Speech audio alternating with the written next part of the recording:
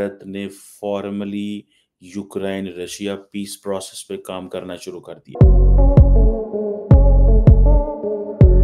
कहीं ये जंग खत्म करवाने की बात हो रही है। प्रधानमंत्री मोदी ने अब एक ऐसी चाल चली है कि कोई ना कोई निष्कर्ष इसका होगा, निष्कर्ष पे पहुंचेगी बात। एक लचक का मुजाहरा ज़ेलेंस्की की तरफ से भी नजर आ रहा है हमें। रशिया भी चाहता है कि ये कहीं कोई इसमें इंडिया का कोई रोल हो। नरेंद्र मोदी ने डोवल साहब को रशिया भेजा और वो प्रेसिडेंट पुतिन से मुलाकात कर। आज जयशंकर जी जर्मनी से स्विट्जरलैंड पहुंच चुके हैं और अजीत डोवाल जी मॉस्को, और दोनों ही की विदेश यात्रा का मकसद है रशिया और यूक्रेन के बीच पीस डील। मोदी और ज़ेलेंस्की के बीच जो टॉक हुई वो पुतिन तक पहुंच रही है और उसके लिए बाकायदा नेशनल सिक्योरिटी एडवाइजर को भेजा जाता है कि ये वाली सारा आप उनको जाकर बताएं। उन्होंने national security advisor Ajit Doval को बोला है कि आप चीनियों से मिलिए, आप रूसियों से मिलिए और इस मामले को सेटल करिए। अजीत डोवल जो है वो basically he is the brain, वो पीछे से बैठ के हर चीज घुमा रहे होते हैं।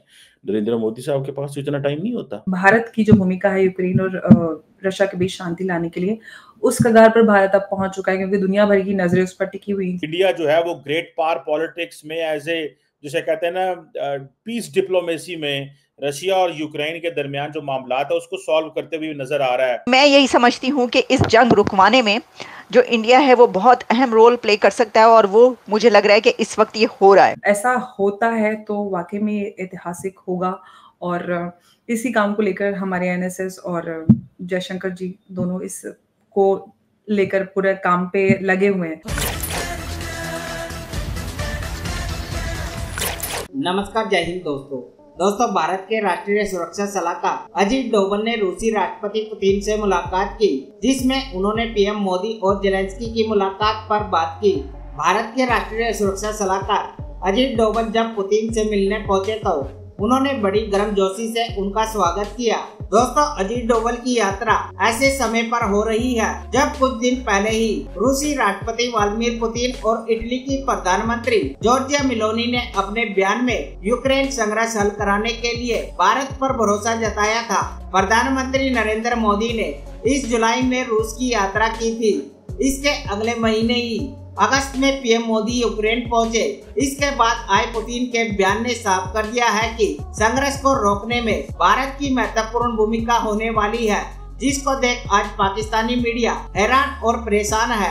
तो आइए दोस्तों, इसी पर आगे पाकिस्तानी मीडिया का रिएक्शन देखते हैं। इंडिया के पीएम की तरफ से ये कोशिश है पूरी कि अगर अमन लाया जा सके, पीस लाया जा सके दुनिया में, तो ये बहुत अच्छा होगा और इसके लिए कोशिशें जारी हैं। जैसे कि इससे पहले हमने आपको बताया था यूएस की तरफ से भी इसके ऊपर ये कहा गया था प्रेसिडेंट जो बाइडेन की तरफ से कि अगर ऐसी कोई कोशिश होती है और पीस आ जाता है तो हमें बड़ी खुशी होगी, हम इसके जो है वेट करें। और इसी दौरान उनका टेलीफोन भी इंडिया गया था। ठीक है ना, भारत तो खैर सभी के टेलीफोन जाते रहते हैं, लेकिन उस दौरान ये हुआ था। इसलिए मुझे ऐसा लगता है, मैं आपको पहले भी ये बात बता चुकी हूँ, मैं ये पहले भी कह चुकी हूँ कि मैं यही समझती हूँ कि इस जंग रुकवाने में जो इंडिया है वो बहुत अहम रोल प्ले कर सकता है और वो मुझे लग रहा है कि इस वक्त ये हो रहा है। अजीत डोवल साहब ये बेसिकली मास्टरमाइंड है इस सारी गेम के। अब जो इम्पोर्टेंट चीज ये है कि नरेंद्र मोदी जब यूक्रेनी प्रेसिडेंट ज़ेलेंस्की को मिले तो उन्होंने ये कहा कि हमारा कुछ करें, आप कर सकते हैं।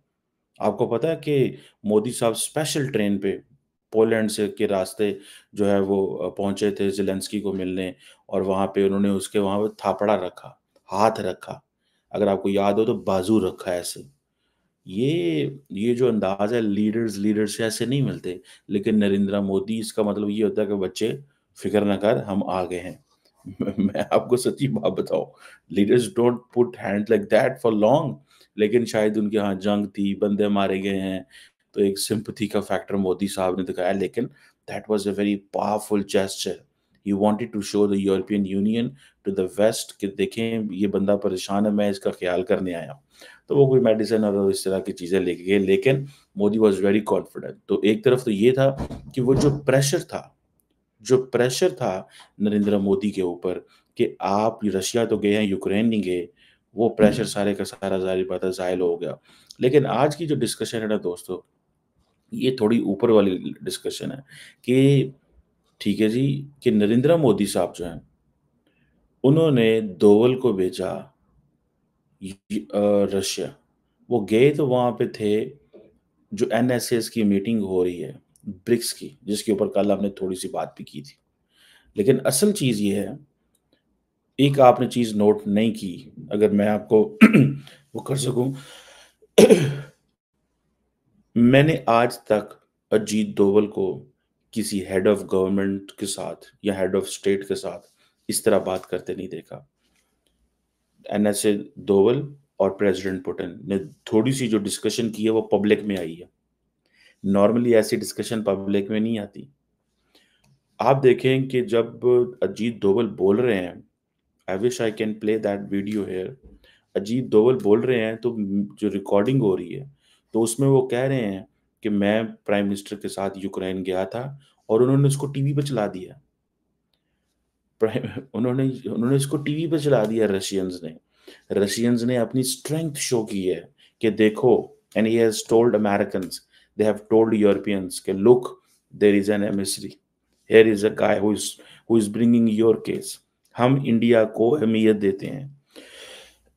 रशियंस ये कह रहे हैं कि हम इंडिया को अहमियत देते हैं, हम इंडिया की सुनते हैं।